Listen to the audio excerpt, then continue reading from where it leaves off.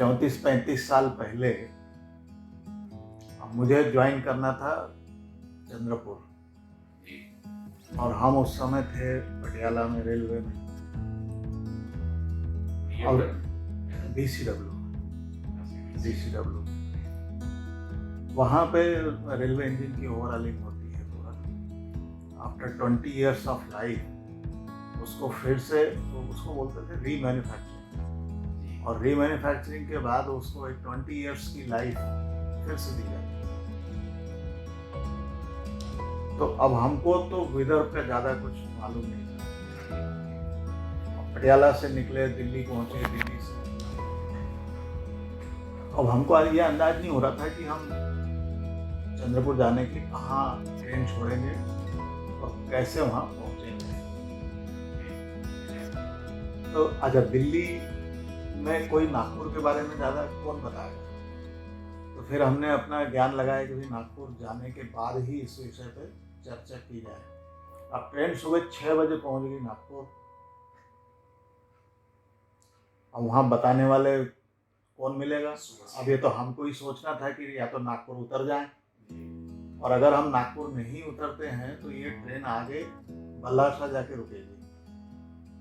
और इतना अंदाज हो गया था कि ये चंद्रपुर दोनों के बीच में कहीं पर है। तो अब हम या तो नागपुर से बस सर्विस लें, रोड से जाएं, या बल्लारशाह जाके फिर रोड सर्विस लेके थोड़ा वापस आए। तो ये हमको लग रहा था कि नागपुर कंपेयर टू बल्लारशाह बड़ा शहर है, तो यहाँ सुविधा और कुछ हमको बसें ज़्यादा मिलने के चांसेस है। अच्छा, हमको ये अंदाज नहीं था कि विदर्भ में गर्मी कितनी होती है। वो मई का महीना, वहाँ 48-49 डिग्री, तो वो हमारी मतलब समझ से बाहर था कि इतना टेम्परेचर वहाँ हो सकता है। तो खैर फिर हम नागपुर ट्रेन छोड़ दिए, अपना रिक्शा करके बस अड्डा ढूंढा गया। बस अड्डे पहुँचने के लिए हमको बस चाहिए। अब वहाँ सुबह सुबह लोग कोई चाय पोहा बनाने वाले थे, कोई बाकी तो कोई कर्मचारी आए नहीं थे बस की सेवा वाले। वो चाय वाय वाले अपना पोहा वोहा बनाते रहे। हमने कि चलो इसी में टाइम पास किया जाए।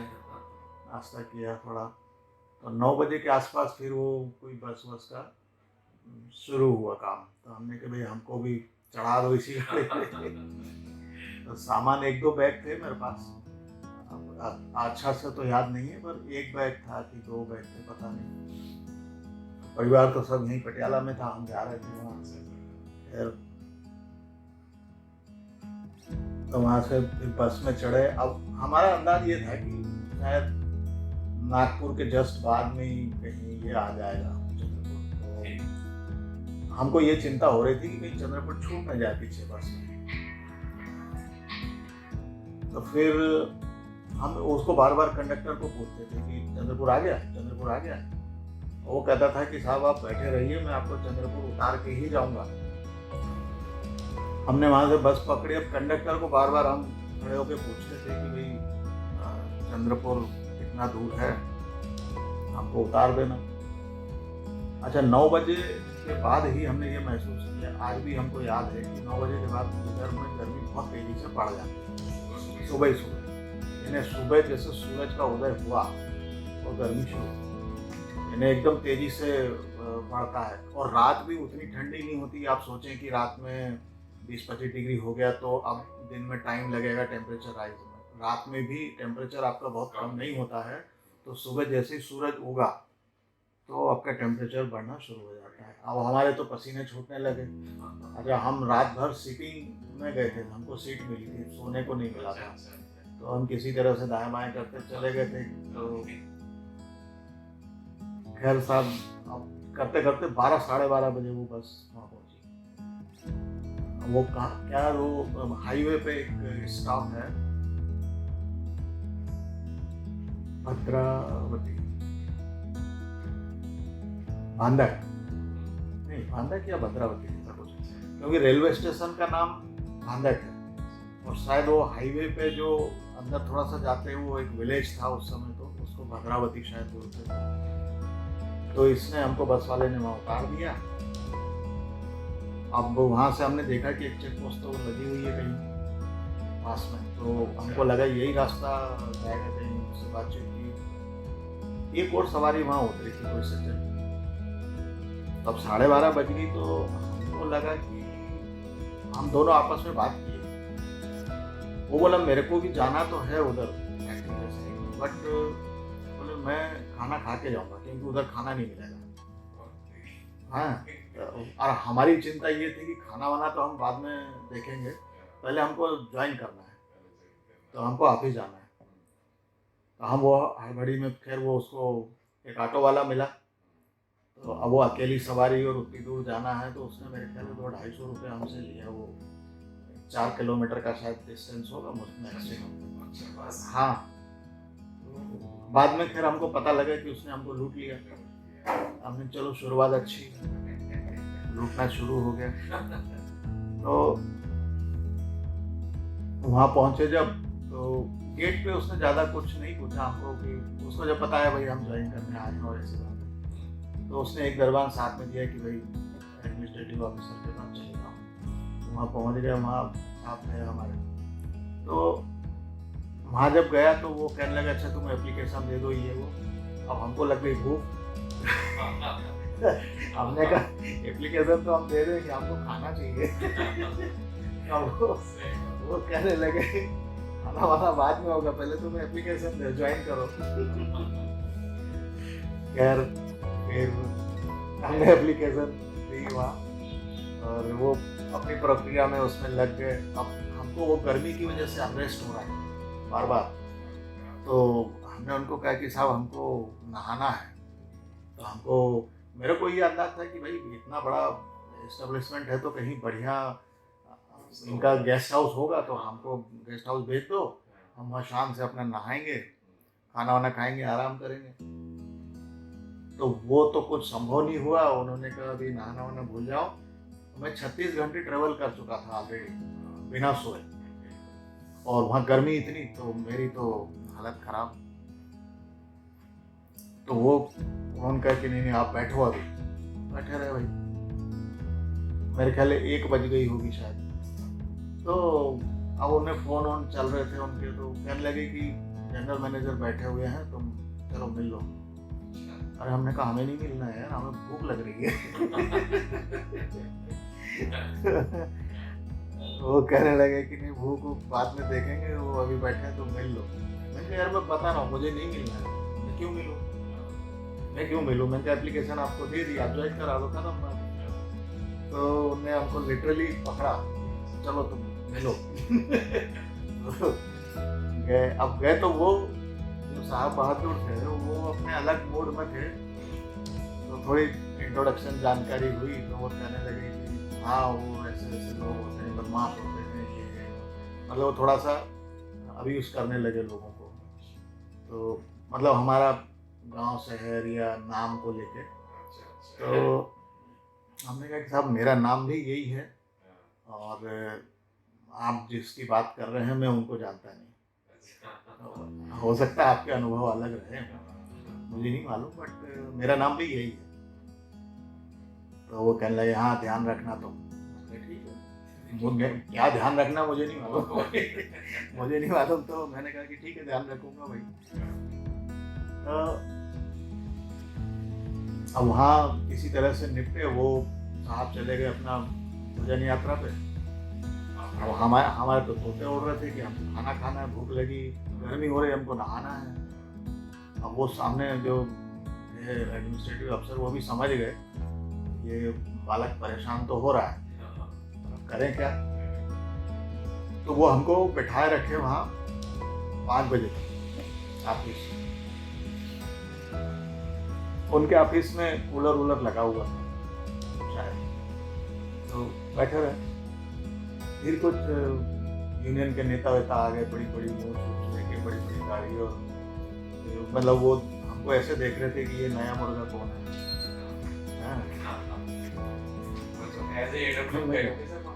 हाँ एज ए AWM ज्वाइन किया था मैंने। मतलब क्या थे सर? वहाँ पे हमारी क्लास 2 पोस्ट थी DCW में। वहाँ वो बोलते थे शॉप सुपरिटेंडेंट। हाँ, वो शॉप का इंचार्ज ने जैसे JWM टाइप में रखा है आज की डेट में उस टाइप से। तो वहाँ हम अब बैठे रहे भाई 5 बजे तक, और वो एक दो आके मतलब हमको हड़काने के मूड में कि ज्वाइन कर लिए, कब ज्वाइन किए, ऐसा वो नेता लोग जो थे मतलब अब तुमसे हम निपट लेंगे, इस टाइप की उनकी बॉडी लैंग्वेज, हाँ बॉडी लैंग्वेज ऐसी होती थी। तो खैर फिर 5 बजे वो एक ऐसे ही नेता के साथ में वो साहब ने हमको एक गाड़ी करवा दी थी कि इनको ले जाओ उधर, गेस्ट हाउस का नाम बताया, छोटा गेस्ट हाउस कोई था, बोले वहाँ इनको छोड़ दो, हम फोन कर देंगे, वहाँ इनको एक कमरा मिल जाएगा। ठीक है सर, गए वहाँ। अच्छा, हम चूँकि दिन भर से परेशान हो गए थे नहाने के लिए, तो हमने सोचा सबसे पहले नहाने का काम किया जाए। तो कपड़े वपड़े उतारे और बाथरूम में घुस गए और वो नल चालू करके उसमें अपना टांग वांग घुसा दी, और वो जो 50-100 डिग्री का टेम्परेचर का पानी गिरा हमारे ऊपर, तो हम तो भागे। ये क्या हो गया यार, हम तो उम्मीद कर रहे थे कि एकदम ठंडी वर्षा होगी और आनंद हो जाएंगे हमारे, हम तो भागे। अब वो एक दो नल वहाँ जो दिख रहे थे हमें सब खोल के देखा, सब में गर्म पानी। मैंने कहा यार गर्मी के दिनों में तो ठंडा पानी आना चाहिए, ठंडी में गर्म पानी आना चाहिए, ऐसी सुविधा हमने सुनी है, तो ये सुविधा हमको नहीं है क्या? तो खैर वहाँ फिर हम मतलब सब इंजीनियरिंग कर लिए, कुछ हो नहीं सका, हम नहा नहीं पाए। तो किसी तरह से थोड़ा सा मुंह का पसीना वसीना हटाया हटाया और बाहर आ गए। अब बाहर आके हमारी समस्या, हम सब लोगों को पूछना चाहते कि भाई ठंडा पानी कहाँ से आएगा। तो निकले बरामदे में, ढूंढ रहे लोगों को ठंडा पानी। अब जिसको हम ठंडा पानी पूछे वो हंस रहा है कि इनको ठंडा पानी चाहिए। हमने कहा इसमें हंसने की क्या बात है? तो बोले भाई साहब अभी सब जगह गर्म पानी ही मिलेगा, ठंडा पानी नहीं मिलेगा। तो मैंने कहा फिर तुम लोग कैसे नहाते हो? बोले हम सुबह बाल्टी भर के रख दिए थे बाथरूम में, वो ठंडी हो गई अभी तक तो उससे हम नहाएंगे। मैंने कहा भाई ये गजब इंजीनियरिंग। खैर साहब फिर ये हुआ, और उसके बाद फिर हमको ये लगा कि हम कहीं गलत जगह आ गए। यार एक तो कोई बात करने को नहीं मिल रहा, तो रोड पे बाहर जाके देखते हैं सुनसान चारों तरफ, कभी कोई एक बकरी या कोई कुत्ता घूमता हुआ निकलता था, या कोई एक आदमी स्कूटर पे या साइकिल पे। बस यानी आप 30 मिनट 40 मिनट अगर बाहर खड़े रहोगे तो शायद एक दो लोग दिख जाएंगे कि भाई, तो समझ नहीं आ रही हमें क्या किया जाए। मतलब मन में विचार कर रहे हैं कि क्या वापस चले जाएं, कल ही गाड़ी पकड़ते हैं निकल जाएंगे, किसी को बताना पूछना तो है नहीं। मतलब उतना सब ये हमको अंदाज नहीं था, ज्ञान। तो एनीवे फिर टिके रहे वहाँ। अच्छा उनसे हमने कह भी दिया बड़े साहब से कि भाई देखो एक हफ्ता हम यहाँ आपकी जी हजूरी कर लेंगे, ज्वाइन कर लिए हैं, और उसके बाद हम जाएंगे फैमिली लाने, तो हमको एक हफ्ता छुट्टी चाहिए, फिर हम आएंगे। अब उनके दिमाग में या तो भी चल रहा था छुट्टी को लेके कि उनको शायद ये लगा कि छुट्टी का रिकॉर्ड यहाँ आएगा तभी हम छुट्टी दें, और हमें ये लग रहा था कि पूरे इंडिया में, पूरे भारत में छुट्टियों का एक ही रिकॉर्ड चलता है। अगर जनवरी से दिसंबर तक का देखोगे तो भाई मान लो मेरे मई तक के महीने निकल गए, समझो मई में मैं ज्वाइन किया हूँ, तो मई के बाद का आपके यहाँ ड्यू है, उससे पहले का जहाँ था वहाँ था और वो खत्म हो गया। अब हमने वहाँ छुट्टी ली नहीं ली वो 0/0 कर दी। मई से आपके यहाँ है तो आप हमारा अपना हिसाब देख लीजिए, क्योंकि मई के आगे की छुट्टी तो कोई हमें देगा नहीं। तो हम उस मूड में थे, तो हमने 7 दिन की छुट्टी 5 दिन की अप्लाई कर दी और निकल लिया। अच्छा उसमें भी हमको बड़े अजीब अनुभव हुए। अब वो मैं ये कहूँगा कि सिर्फ हमारी अज्ञानता की बात नहीं थी, वहाँ पे सुविधाएं भी नहीं थी वैसी जो हम उम्मीद कर रहे थे। किसी से पूछा, उसने कहा कि भाई सुबह 5:30 बजे बस जाएगी, यहाँ रोड पे हॉस्पिटल के सामने आप खड़े हो जाओ, बहुत लोग आएंगे, और वो बस सीधी आपको यहाँ से नागपुर ले जाएगी, स्टेशन पहुँचा देगी। हम बहुत खुश कि भाई ठीक है नागपुर पहुँच जाए, और 5:30 बजे चलेगी तो 5 घंटे में 10-11 बजे तक हम नागपुर। अब सब हम वहाँ खड़े रहे सुबह, 5:30 बजे की बोली थी, तो हम तो 5 ही बजे से तो पहुँच गए, हमें क्या करना, पहुँच गए। अब वहाँ पे 6 बज गई, 7 बज गई, 8 बज गई। अच्छा, जो लोग वहाँ 2-4 खड़े थे वो धीरे धीरे दाएं बाएं हो गए, तो शायद एक आधा ही कोई बंदा बचा जो हमारे साथ खड़ा था। 9 बज गई। हाँ, हमने कहा यार, तो बोले साहब आज बस आएगी नहीं लगता है। हमने कहा नहीं आएगी तो उसकी सूचना तो आएगी कि भाई नहीं आ रही। वो भी नहीं, मतलब अब उस समय कहाँ ये फोन बात सब नहीं होता था, वो तो जंगल में खड़े हैं, ऐसी बात थी। आ गई तो बैठ जाओ, नहीं आ गई तो खड़े रहो या घर चले जाओ। तो फिर वो जो एक लड़का था हमारे साथ वहाँ खड़ा था, तो वो कहने लगा कि साहब आप तो नए हैं यहाँ, आपको समझेगा नहीं, हम लोग यहाँ से पैदल जाएंगे, कहीं रास्ते में कोई ऑटो स्कूटर जो भी मिलेगा उसको रिक्वेस्ट करके हमको हाईवे पे छोड़ देगा वो, या वहाँ पास में जो गांव है वहाँ छोड़ देगा, और वहाँ से हम फिर नागपुर की बस ढूंढेंगे, उधर ज़्यादा गाड़ियाँ आती हैं। चलो भाई। ये सर, और चंद्रपुर की बात। हाँ, चंद्रपुर। अब मेरे लिए मतलब ये इस्टेब्लिशमेंट का कल्चर नया, मैं जानता नहीं था कुछ, वो एरिया इलाका नया, और दाईं तरफ चंद्रपुर है कि बाईं तरफ है वो भी हमको नहीं मालूम। और पैसे दे ले, मेरे ख्याल है हम यहाँ से तो 250 रुपया कुछ ले गए थे साथ में, वही हमारे पॉकेट में थे बस, इधर से तो कुछ मिलना नहीं था सैलरी। और मजे की बात ये थी कि जब लौट के आए तो बड़े साहब ने हमारे पैसे काट दिए कि तुम्हारी जो लीव है वो विदाउट पे कर दी हमने कहा काहे कर दी भाई, तो कानून तो कानून है, सबके लिए कानून है, और आज हमको पैसे की ज़्यादा ज़रूरत है, ये विदाउट पे तो 1-2 साल बात कर लेना, अभी तो हमको पैसा चाहिए। नहीं साहब, तो खैर वो अलग बात है। फिर हम वहाँ वो गांव में पहुँचे। अच्छा, गांव में जब खड़े रहे वहाँ 12 बज गई, और नागपुर की बस ही ना आए, जितनी आए वो कहीं और जाने के लिए।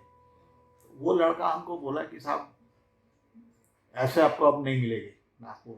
मैंने कहा यार जाना मेरा जरूरी है, क्योंकि मेरा तो सब काम बंधा हुआ है, आगे जाना है मेरे को। तो वो बोला कि नहीं ऐसे नहीं होगा, अब आप यहाँ से बरोरा चले जाओ, यहाँ से 1.5-2 घंटा कुछ रास्ता है, वहाँ जाएंगे बस में, वहाँ से आपको वहाँ और जगह से भी नागपुर की बसें आएंगी, वो मिल जाएगी। चल भाई, हमारा क्या नहीं करता। तो बस में लदे फंदे खड़े वहाँ पहुँच गए, और वहाँ उतरे, फिर वहाँ से हमको बस मिली, नागपुर पहुँचे। अब वहाँ जो ट्रेन के लिए मैं किया था प्लानिंग, वो सब सुबह निकल गई, खत्म। अब हमारे पास